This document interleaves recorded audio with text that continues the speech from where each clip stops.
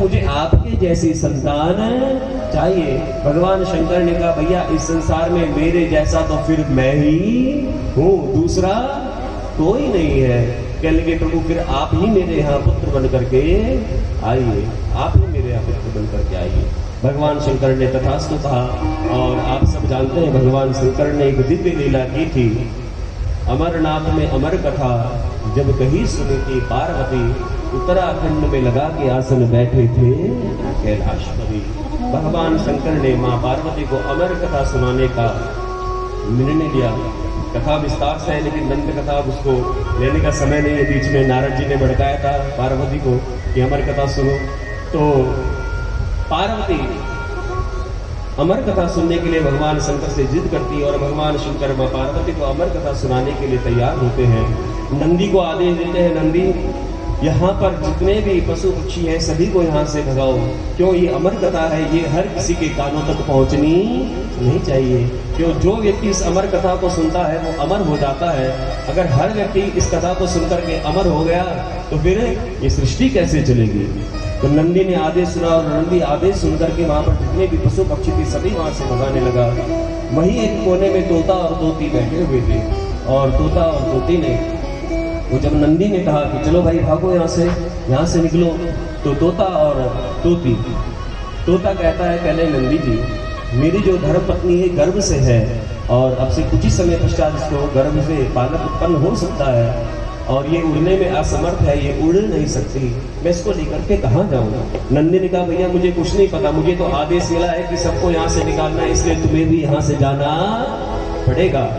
तो तोते ने अपनी पत्नी को कहा कि देख भगवान, बात ऐसी कि हम जीवित रहे तो हमें संतान और भी हो सकती है, इसलिए अब आदेश तो मानना पड़ेगा, चल उड़ चल यहाँ से।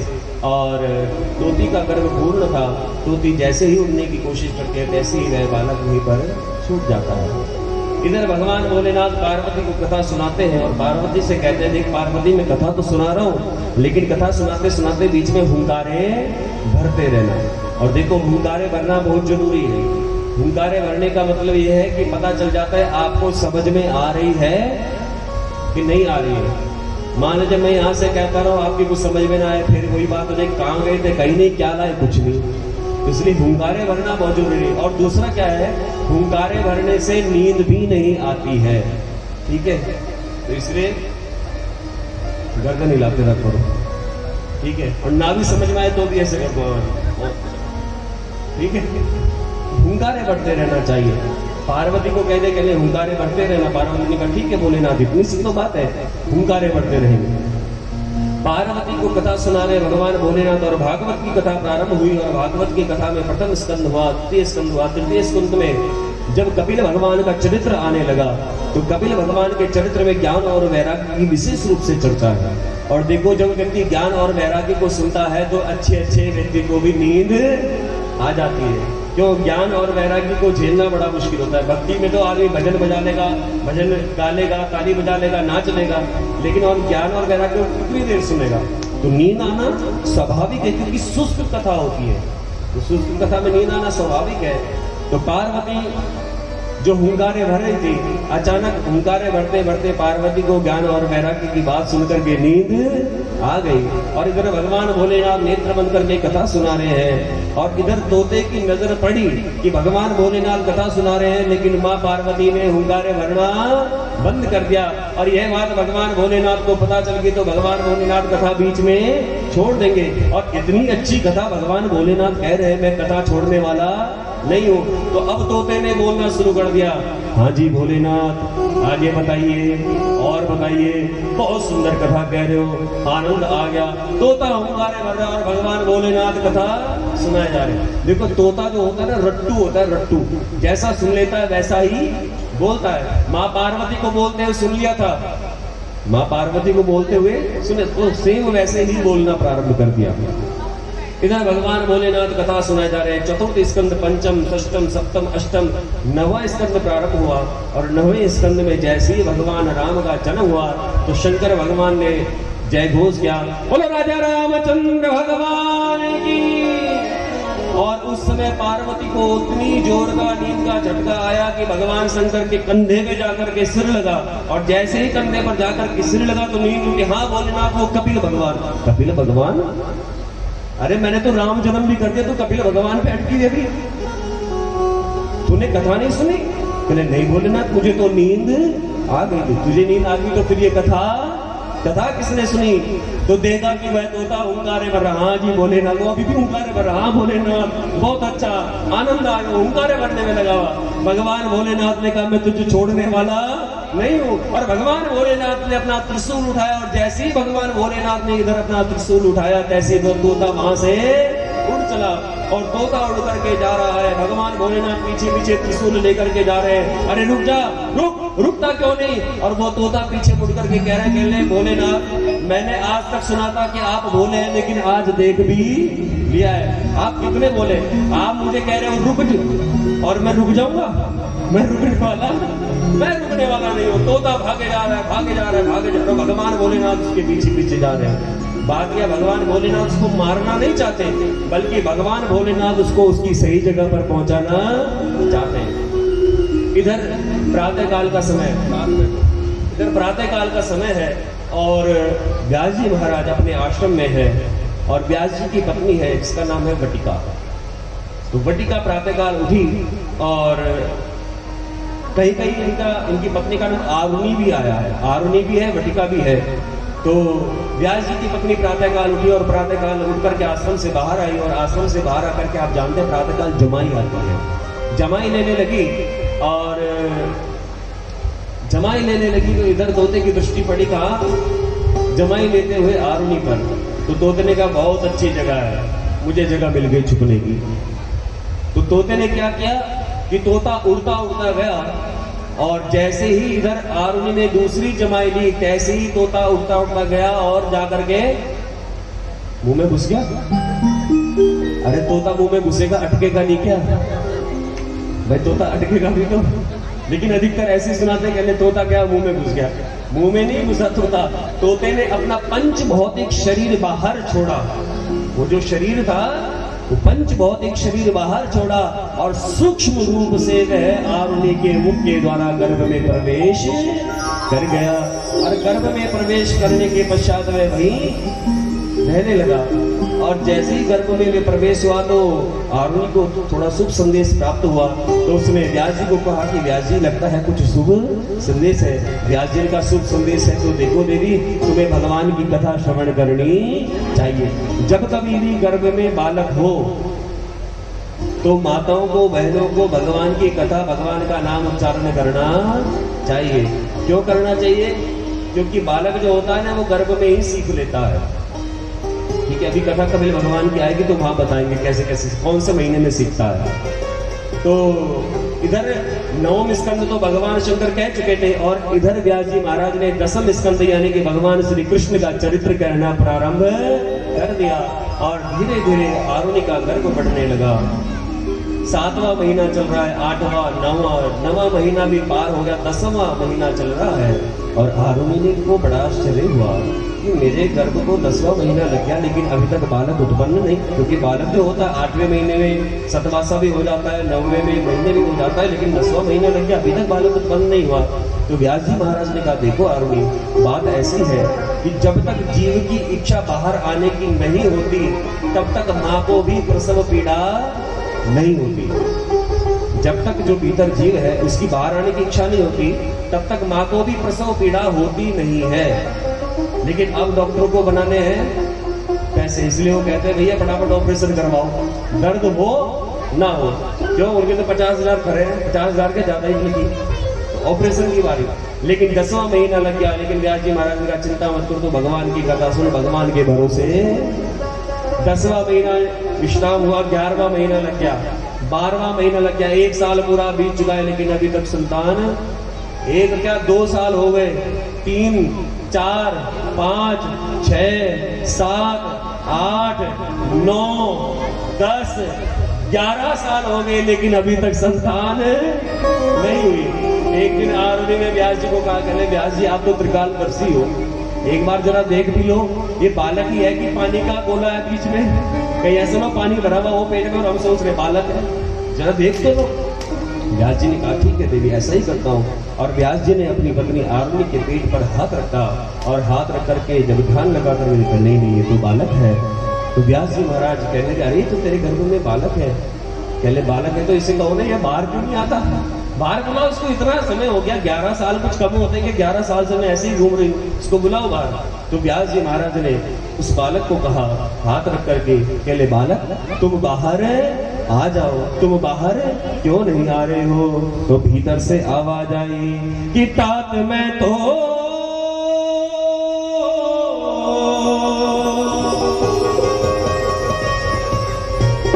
तात मैं तो बाहर नहीं आऊंगा, कि तात मैं तो बाहर नहीं आऊंगा। तो व्यास जी ने कहा फिर क्या करेगा कि गर्भ में रह के हरि गुण गाऊंगा, गर्भ में रह के हरि गुण गाऊंगा, वो गर्भ में रह के हरि गुण गाऊंगा, गर्भ में रह के हरि गुण गाऊंगा। वो तात मैं तो बाहर नहीं आऊंगा, तात मैं तो बाहर नहीं आऊंगा, तात मैं तो बाहर नहीं आऊंगा, तात मैं तो बाहर नहीं आऊंगा। गर्भ में रह के हरि गुण गाऊंगा, गर्भ में रह के हरि गुण गाऊंगा, गर्भ में रह के हरि गुण गाऊंगा, गर्भ में रह के हरि गुण गाऊंगा। तो व्यास जी ने कहा अरे मेरे लाल तू गर्भ के भीतर पर है, लेकिन सोच तो सही तू गर्भ में कहाँ है, तेरे चारों तरफ खून है, मांस है, तू सब में लिपटा हुआ है, तो गर्भ के अंदर सुख थोड़ी ना भोग रहा है, गर्भ के भीतर तो केवल दुख ही मिलता है। कह लगे तुझे तो दुख हो रहा होगा बेटा, तू बाहर आ जा। तो भीतर से आवाज आई वो चाहे सुख में रहूं चाहे दुख में रहूं, चाहे सुख में रहूं चाहे दुख में रहूं, चाहे सुख में रहूं चाहे दुख में रहूं, चाहे सुख में रहूं चाहे दुख में रहूं, चाहे नरकों में रहे यम यातना सहूं, चाहे नरकों में रहे यम यातना सहूं, मैं तो यही रह के प्रभु को रिझाऊंगा, मैं तो यही रह के प्रभु को रिझाऊंगा। गर्भ में रह के हरि गुण गाऊंगा, रह के हरि गुण गाऊंगा। तात मैं तो बाहर नहीं आऊंगा, तात मैं तो बाहर नहीं आऊंगा।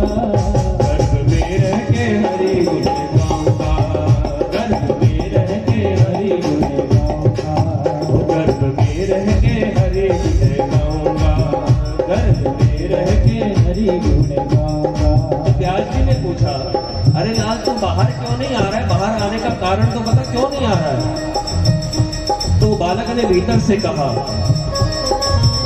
चल रही मोह माया भयंकर यहाँ, चल रही मोह माया भयंकर यहाँ, चल रही मोह माया भयंकर यहाँ, चल रही मोह माया भयंकर यहाँ। काम व्यापार चलता निरंतर यहाँ, काम व्यापार चलता निरंतर यहाँ, काम व्यापार चलता निरंतर यहाँ, काम व्यापार चलता निरंतर यहाँ। मैं तो सपने में भी कर ना पाऊंगा, मैं तो सपने में भी कर ना पाऊंगा।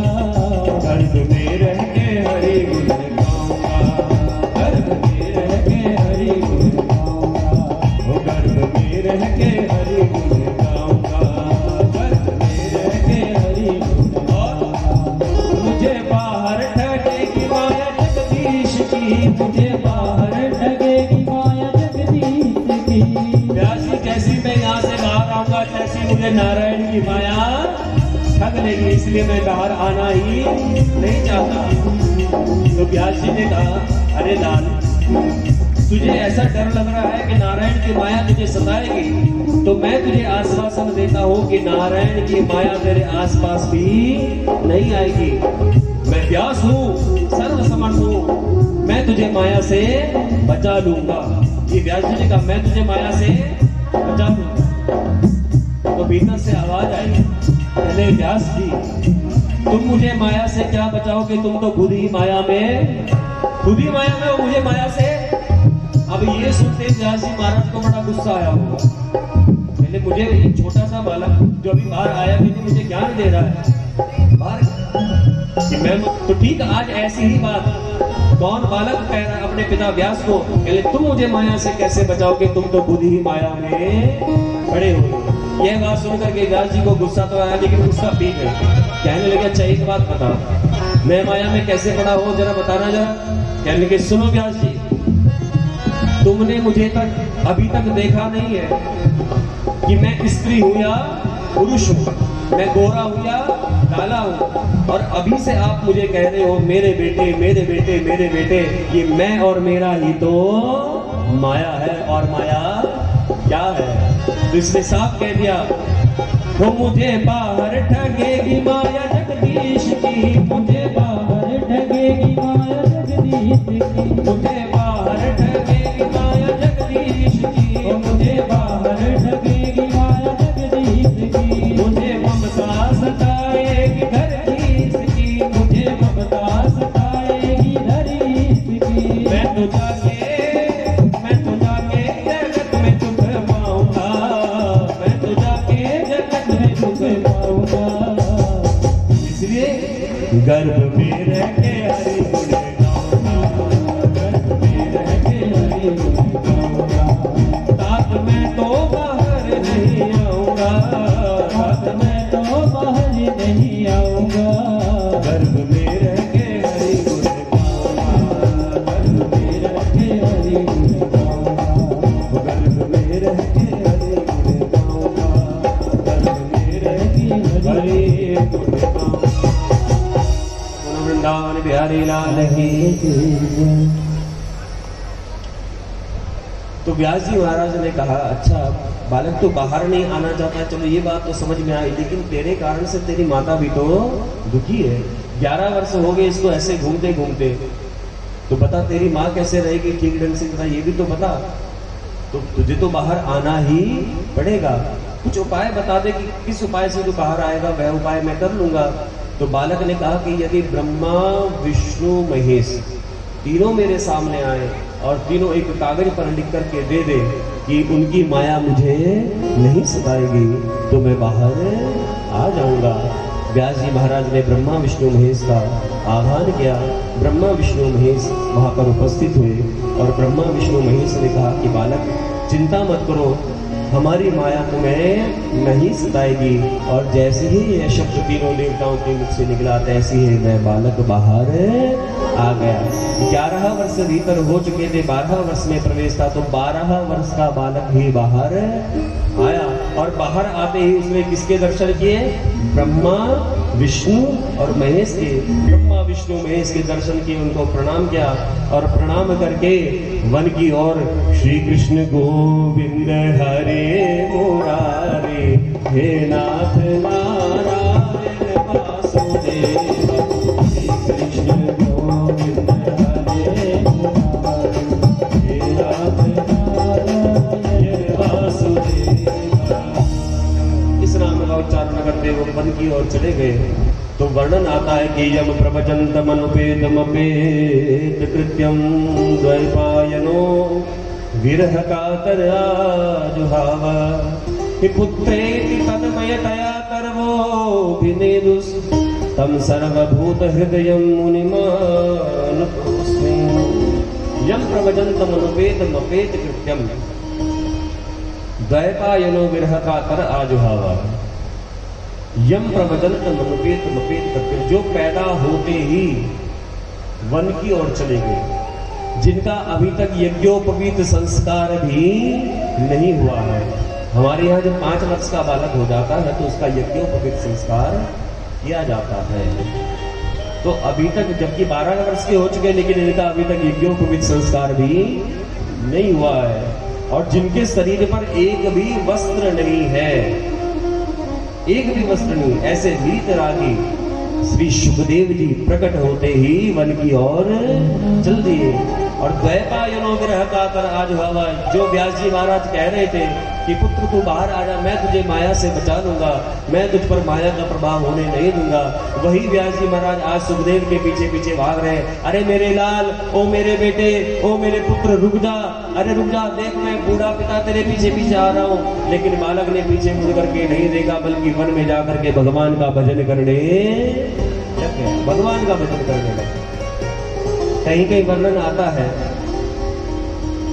कि पुत्रेति तन्मयतया तरवो विनेदुस, ये पुत्र ने तो जवाब नहीं दिया, लेकिन वृक्षों ने जवाब दिया, पेड़ों ने जवाब दिया। पेड़ों ने क्या जवाब दिया कि व्यास जी महाराज, मुच्यते बंधनात् पुष्पम फलम रक्षात् प्रमुच्यते किलश्चन्नपि सुतम स्नेहम पिता पुत्रं न मुंचति। हे व्यास जी महाराज, आप अपने पुत्र के विरह में इतने व्याकुल क्यों हो रहे हो? अपने पुत्र के पीछे इतने मोह माया में क्यों पड़े हुए हो? अरे जरा हमारी तरफ भी तो देखो, हम भी तो किसी के पिता हैं, हम भी तो किसी के पिता हैं। और जब हमारे ऊपर ये फल इत्यादि लगे हुए ना, ये हमारे पुत्र हैं और हम भी अपने पुत्रों से अधिक प्रेम करते हैं। लेकिन राह में चलने वाले जो छोटे छोटे बच्चे हैं, राहगीर जो होते हैं, जब वो हमारे बच्चों को देखते हैं तो हमारे बच्चों को देख करके उनके मन में लालच आ जाता है, और वो सड़क के किनारे हुआ पड़ा जो पत्थर होता है, उस पत्थर को उठाते हैं और हमारे बच्चों पर उस पत्थर को मारते हैं। हमारे बच्चों को हमसे छीनना चाहते हैं। हमें भी बड़ा दुख होता है, हम अपने बच्चों को उनको देना नहीं चाहते।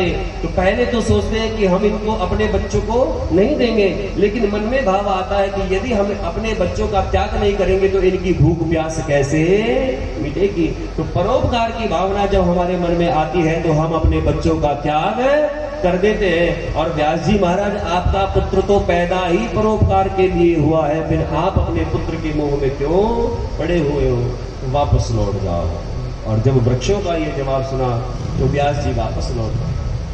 कहीं कहीं वर्णन इतना भी आता है कि जब सुखदेव जी महाराज जा रहे थे तो एक सरोवर में कुछ स्त्रियां स्नान कर रही थी। सुखदेव जी को देखते ही जो स्त्रियां स्नान कर रही थी, उन्होंने बालक को देखा, सुखदेव जी को, तो वो स्नान करती रही। लेकिन जब व्यास जी महाराज पीछे से आते हुए देखा व्यास जी को, तो उन स्त्रियों ने शीघ्र बाहर निकल के वस्त्र धारण कर लिए।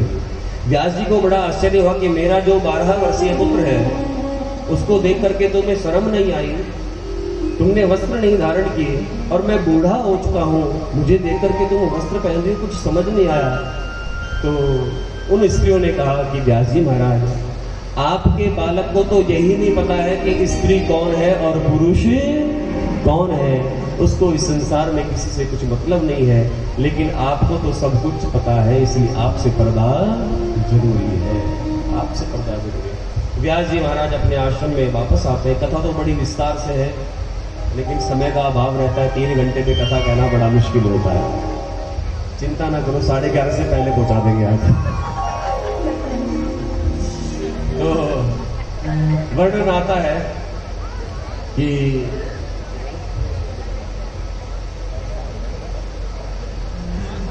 चलो बताते हैं।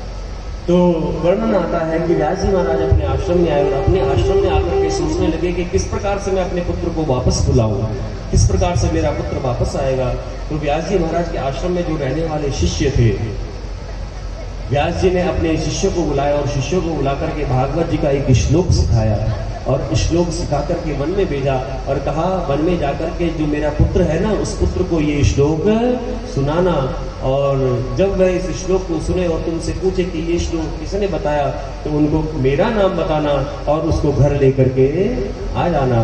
व्यास जी के शिष्य वन में गए और वन में जाकर के श्लोक गाने लगे कि वरहा पीडम नटवर वपुः कर्णयो कर्णिकारम विभ्रदवासः कनक कपिसं वैजयन्तीं च मालां रन्ध्रार्वेणु अधर सुदया पूरयन् गोपवृन्दै वृंदारण्यम स्वपदरमणम प्रावसद गीत कीर्ति।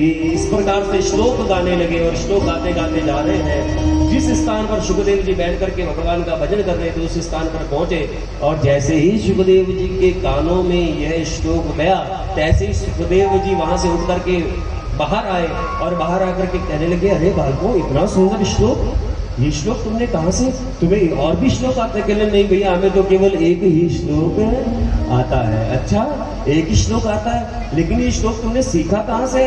कहले ये श्लोक हमने गुरुदेव से। अच्छा, कौन है तुम्हारे गुरुदेव? कहले कि आपके पिता ही हमारे गुरुदेव है, आपके पिता हमारे गुरुदेव है।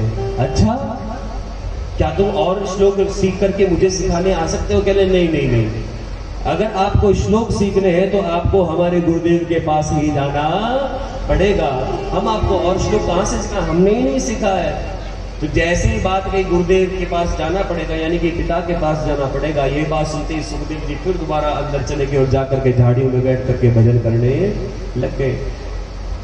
और वह शिष्य वापस गए, वापस जाकर के गुरुदेव को बताया कि नहीं गुरुदेव, हमने ऐसे ऐसे श्लोक गाया था, आपका पुत्र बाहर तो आया, लेकिन बाहर आकर के पूछा सब कुछ, लेकिन जैसे ही हमने कहा कि आपके पास आना है और यहाँ आकर के सीखना है, तो वह भीतर चला गया। कहले कोई बात नहीं, एक काम करो, मैं तुम्हें एक श्लोक और सिखाता हूँ, उस श्लोक को सीखो और इस बार जाओ।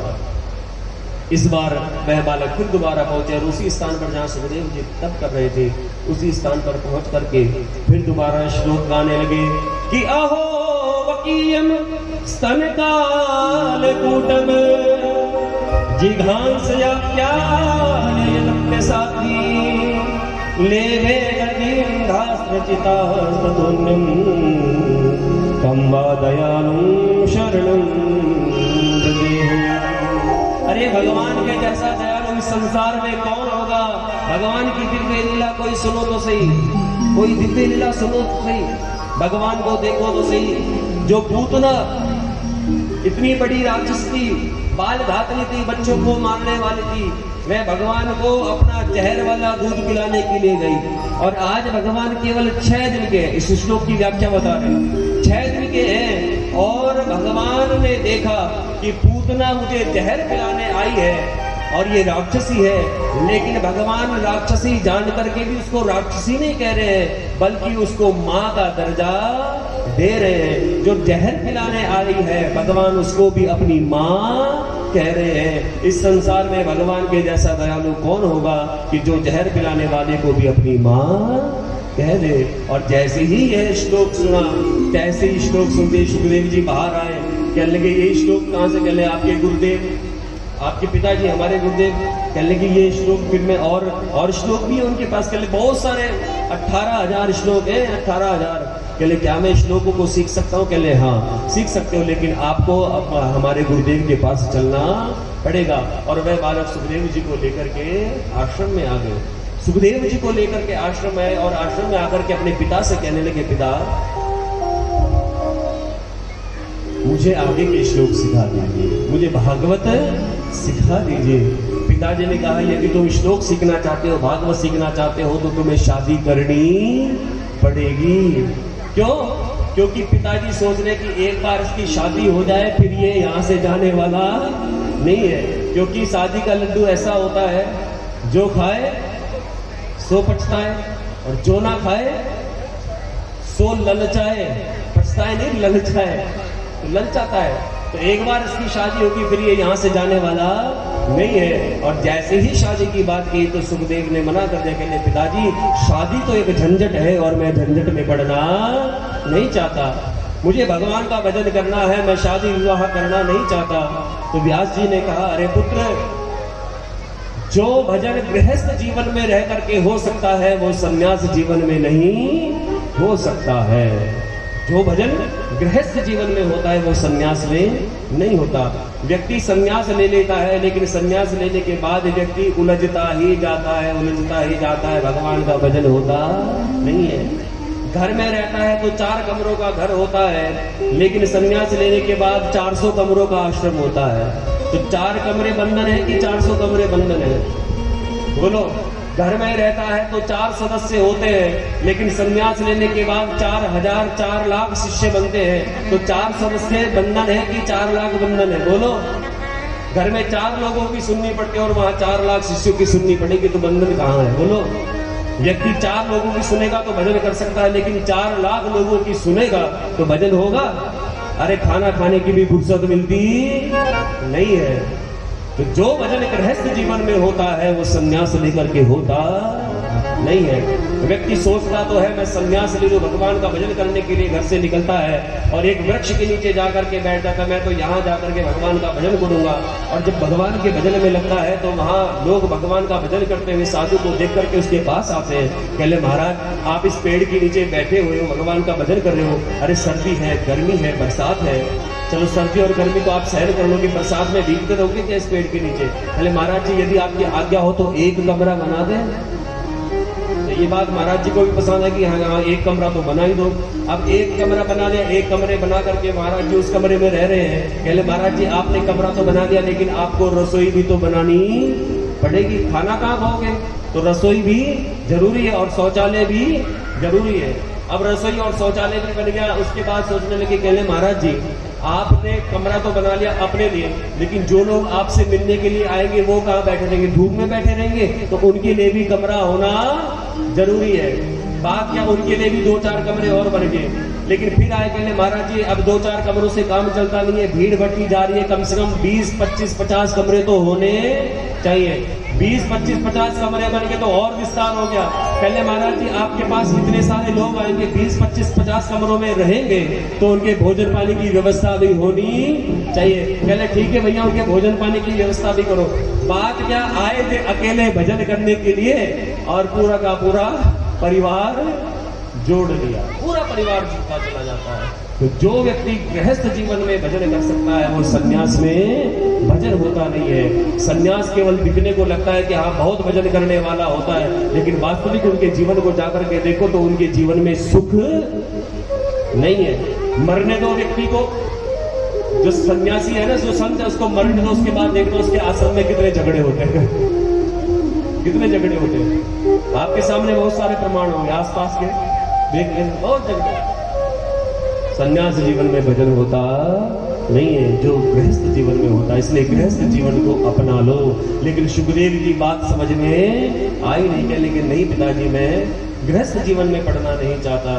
तो व्यास जी ने कहा सुखदेव फिर एक काम करो, तुम गृहस्थ जीवन अपनाओ ना अपनाओ, लेकिन मेरे कहने पर तुम एक बार राजा जनक के यहाँ होकर के आ जाओ। राजा जनक ही तुमको केवल समझा सकते हैं, कोई और समझा नहीं सकता। ये कथा आपके लिए थोड़ी नई कथा होगी। राजा जनक के पास चले जाओ और सुखदेव पिता की आज्ञा मान करके राजा जनक के पास जाते हैं। और उस समय जो राजा जनक है उनका नाम है बहुलास्व। बहुलास्व नाम के जनक है। जनक हमारे यहाँ एक उपाधि है, जैसे इंद्र हमारे यहाँ उपाधि है ऐसे ही जनक हमारे यहाँ उपाधि है। तो बहुलास्व नाम के जनक है और सुखदेव जी बहुलास्व नाम के जनक के महलों की ओर चले। और जब दरवाजे पर पहुंचे तो दरवाजे पर सैनिकों ने रास्ता रोक लिया। कहले कहाँ जाते हो? कहले मुझे व्यास जी ने भेजा है और मैं व्यास नंदन हूँ, मेरा नाम सुखदेव है और मुझे राजा जनक से मिलना है। तो सैनिकों ने कहा कि अभी नहीं मिल सकते। क्यों नहीं मिल सकते? क्योंकि इस समय राजा नृत्यांगनाओं का नृत्य देख रहा है, इसलिए तुमसे मिल नहीं सकता। सुखदेव जी को सुनकर के बड़ा आश्चर्य हुआ, जो नृत्यांगना का नृत्य देख रहा है वो मुझे ज्ञान क्या देगा? जो खुद ही भोग विलास में डूबा हुआ है वो मुझे क्या ज्ञान देगा? पिताजी ने मुझे कहाँ भेज दिया? तो एक बार तो मन में आया सुखदेव जी कि मैं वापस चलूं, लेकिन मन में सोचने लगी कि पिताजी ने भेजा है तो मिलना तो पड़ेगा ही। बात क्या, सुबह 8 बजे सुखदेव जी दरवाजे पर पहुंचे थे और 2 बज के वही धूप में खड़े खड़े, लेकिन राजा जनक नहीं मिले। नृत्यांगनाओं का नृत्य देख रहे और खूब पैसा लुटा रहे, खूब पैसा लुटा रहे, खूब आनंद आ रहा है, वाह मजा आ गया खूब। 2 बजे सुखदेव जी को भीतर बुलाया गया। 2 बजे सुखदेव जी भीतर पहुंचे, राजा जनक से भेंट हुई और राजा जनक ने कहा सुखदेव तुम अभी आए होंगे, एक काम करो तुम हाथ मुंह धो लो और हाथ मुंह धोने के पश्चात मैं तुम्हारे भोजन की व्यवस्था करवाता हूँ। और राजा जनक ने सुखदेव जी के भोजन की व्यवस्था करवाई और सुखदेव जी भोजन कर रहे हैं। सुखदेव जी के सामने 56 भोग रखे हुए हैं भोजन के, 56 भोग और 56 भोग रखे हुए हैं। और 56 भोग रखने के पश्चात कहा कि सुखदेव जी भोजन प्रारंभ करिए, लेकिन एक बात का ध्यान रखना। कौन सी बात? कहने ऊपर देखो।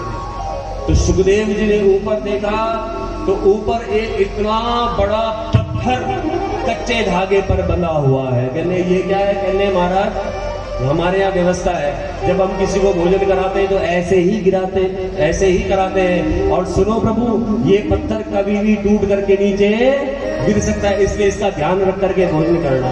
अब सोचो जरा, जिसके सिर पे इतना बड़ा पत्थर बंधा हुआ हो, वो भी कच्चे धागे पे करेगा भोजन। अब सुखदेव जी भोजन तो कर रहे क्योंकि राजा ने भरोसा है, तो सुखदेव जी ऐसे तोड़ रहे हैं और इधर ऐसे देख रहे हैं, ऊपर ही दृष्टि है। जैसे तैसे करके सुखदेव जी ने भोजन किया और भोजन करके जैसे ही वहां से उठे तैसे ही वो पत्थर भी धड़ाम से। सुखदेव ने कहा अगर 1 मिनट लेट हो जाता तो आज तो बज गए थे बाजे, आज हो गया था, पूरा ज्ञान मिल गया था। कोई बात नहीं। राजा जनक के पास गए। जनक ने कहा अरे महाराज अभी तो आपने भोजन किया है, भोजन करने के पश्चात हमारे आराम किया जाता है, एक काम करो आप आराम करिए, आराम करिए, मेरे राजशाही महल में जाइए, वहां आराम करिए। और सुखदेव जी को लेकर के पहुंचे सैनिक आराम कराने के लिए। बिस्तर दिखा दिया, आलीशान बिस्तर, फूल ही फूल बिछे हुए हैं। और सुखदेव जी को कहा प्रभु आप आराम करिए। अब सुखदेव जी को बड़ा सुकून मिला, क्यों? गुलाब की पंखुड़ियां बिछी हुई है, इसमें मखमल के गद्दे बिछे हुए हैं, अब तो आराम से सोऊंगा। लेकिन सुखदेव जी जैसे लेटने लगे और ऐसे लेटे तो ऊपर नजर पड़ी, ऊपर देखा एक नग्न तलवार लटक रही है। कहले ये क्या है? कहले महाराज हमारे यहाँ तो ऐसा ही नियम है, जब किसी व्यक्ति को सुलाते हैं तो उसके ऊपर तलवार जरूर टांग देते हैं। कहले भैया तलवार टांग देंगे, अगर ये तलवार नीचे गिरेगी तो कहले कि प्रभु इसका ध्यान तो आपको ही रखना, इसका ध्यान हम नहीं रख सकते, नहीं रख सकते। अब सोचो जरा, किसी के सिर पर नग्न तलवार लटकी हुई और नींद आएगी? सुखदेव जी कभी इधर करवट बदले, कभी उधर करवट बदले, लेकिन नींद आई नहीं। बात क्या होते होते शाम के 5 बज गए। और जब शाम के 5 बज गए सोचा अब तो राजा जनक मिलेंगे, और राजा जनक के पास पहुंचे। कहले प्रभु वो मुझे मेरे पिताजी ने, अरे कोई बात नहीं, पिताजी ने भेजा है ना, मुझे पता है आपके पिताजी की सूचना मुझे मिल गई थी, लेकिन एक काम करो, बात तो हम बाद में करेंगे, आप आए हो तो आज आप मेरा राजशाही जो खजाना है उसको देख करके आओ, उसको देख करके। मेरे पास राजशाही रत्न इत्यादि रखे हुए हैं और वे गुफा के भीतर है, आप जाइए उसको देख करके आइए। और सुखदेव जी के हाथों में एक तेल से भरा हुआ दीपक दे दिया और कहा प्रभु इस रास्ते से जाइए और अंदर गुफा है, केवल ये दीपक ही आपका सहारा है। और चारों तरफ दीवार पर देखना, जो राजा जनक जगह जगह से रत्न लेकर के आए वो सब वहां लगे हुए, बड़े सुंदर सुंदर रत्न हैं। ऐसे रत्न आज तक आपने देखे नहीं होंगे। लेकिन एक बात का ध्यान रखना कि अगर ये दीपक बुझ गया तो आप बाहर आ नहीं सकते, बाहर नहीं आ सकते। सुखदेव ने दीपक लिया और दीपक लेकर के जा रहे हैं। सोचो जरा, आदमी दीपक का ध्यान रखे कि वो सब देखे, दीपक पर ध्यान है कि कहीं दीपक बुझ ना जाए। और जैसे तैसे कहते गए और जैसे तैसे करके लौट करके वापस आए। बड़ी मुश्किल बाहर आकर के सैनिक हाथ में दीपक ने, कहले पकड़ इस दीपक को। राजा जनक ने कहा, कहले प्रभु देखा आपने मैंने कितनी सुंदर सुंदर चीजें लेकर के आया? कहले खाक लेके आया, मैं कहां से देखता, मेरे हाथ में तो दीपक थमा दे, मैं दीपक को देखता कि तेरे राजशाही को देखता, क्या देखता है? कहले प्रभु आप तो नाराज हो गए, चलो एक काम करो, सायकाल में समय हो रहा है ना, एक काम करते, मेरा यहीं पर पास में एक बड़ा दिव्य सरोवर है और उस सरोवर में स्नान करने पर सारी की सारी थकान दूर हो जाती है, चलो चल करके वहां स्नान करते हैं। और जनक सुखदेव को लेकर के स्नान करने लगते हैं उस तालाब में। और बाकी ही उस तालाब का जल इतना पवित्र था, पावन था कि सुखदेव जी की सारी थकान हट गई। अचानक एक सैनिक भागा आया और भाग करके आकर के कहता है राजा जनक को कि प्रभु आपके पूरे महल में आग लग गई, आपका महल जल करके राख हो गया। और जैसे ही यह बात सुखदेव ने सुनी तैसे ही सुखदेव जी भागने लगे। सुखदेव जी के भागते हुए हाथ को पकड़ लिया। कहले कहाँ जा रहे हो? कहले प्रभु मेरी कोपीन आपके महल में रह गई है। राजा जनक ने कहा जब मेरा पूरा महल जल गया तो तेरी कोपीन बचेगी क्या? सोच जरा भाई, जब मेरा पूरा महल जल करके भस्म हो गया तो तेरी कोपीन बचेगी, तेरा छोटा सा वस्त्र बचेगा, वो बचने वाला नहीं है, यही खड़ा हो जा। तो सुखदेव जी को बड़ा आश्चर्य हुआ कि मेरी एक कोपीन जल गई और मुझे इतनी चिंता हो रही है, राजा का पूरा महल जल गया लेकिन उसको चिंता नहीं हो रही है। राजा जनक ने कहा सुखदेव कुछ समझ में आया? कहले नहीं प्रभु कुछ समझ में नहीं आया। कहले सुनो, अब मैं तुम्हारे प्रश्न का उत्तर देता हूँ। जब तुम मेरे दरवाजे पर आए थे, मेरे सैनिकों ने कहा कि राजा तो नृत्यांगनाओं का नृत्य देख रहा है, और तुम्हारे मन में आया था कि जो नृत्यांगनाओं के नृत्य में मस्त है वो मुझे ज्ञान क्या देगा। तो सुनो सुखदेव, मैं नृत्यांगनाओं का नृत्य देख तो रहा था, मेरे सामने नृत्यांगनाएं नृत्य कर रही थी, लेकिन मैं आंखों से उन्हें देख रहा था और दिल से भगवान को देख रहा था। यही फर्क है तुझमें। जैसे तू भोजन करते समय पत्थर को देख रहा था, सोते समय तलवार को देख रहा था, और हाथों में दीपक था, लेकिन तुझे मेरे राजशाही खजाने में कुछ दिखाई नहीं दे रहा था। इतना ही फर्क है, समझ जा। इसलिए शादी कर ले, विवाह करने, परिवार में रहना जरूर, लेकिन अपना दिल भगवान में लगा देना, इतना ही करना है। और जब ये बात सुखदेव को बताई, अब सुखदेव की समझ में आया कि हाँ, मैं परिवार में रह करके भी तो भगवान का भजन कर सकता हूँ। भगवान का भजन, अरे एक काम परिवार के लिए और एक काम भगवान के लिए, कहाँ दिक्कत आती है? दिक्कत कुछ नहीं। और सुखदेव जी राजा जनक से ज्ञान प्राप्त करके और समझ में आ गया, जैसे राजा नृत्यांगनाओं का नृत्य देखते देखते भगवान का भजन कर सकता है, तो मैं भी घर परिवार में रहते रहते भगवान का भजन कर सकता हूँ। और ये सभी के लिए है। देखो, रहना घर में ही है, परिवार में ही है, लेकिन एक नजर भगवान पर भी रखनी है। और सुखदेव आए और आकर के अपने पिता के चरणों में गिर गए, कहले पिताजी मेरी शादी करवा दो। पिताजी ने कहा पक्का शादी करवा दो? कहले हाँ हाँ शादी करवा दो। और सुखदेव का विवाह हुआ। सुतल लोक के एक राजा है जिनका नाम है वहिंशज, और वहिंशज की पुत्री है जिसका नाम है पीवरी। पीवरी के साथ सुखदेव जी की शादी हो गई। वहिंशज नाम के राजा है, वहिंशज। वहां पे छोटी की मात्रा, अंकी बिंदी, शा पेट का शा और दा, वहिंशज। वहिंशज नाम के राजा है और इनकी कन्या है पीवरी। पीवरी के साथ सुखदेव का विवाह हुआ।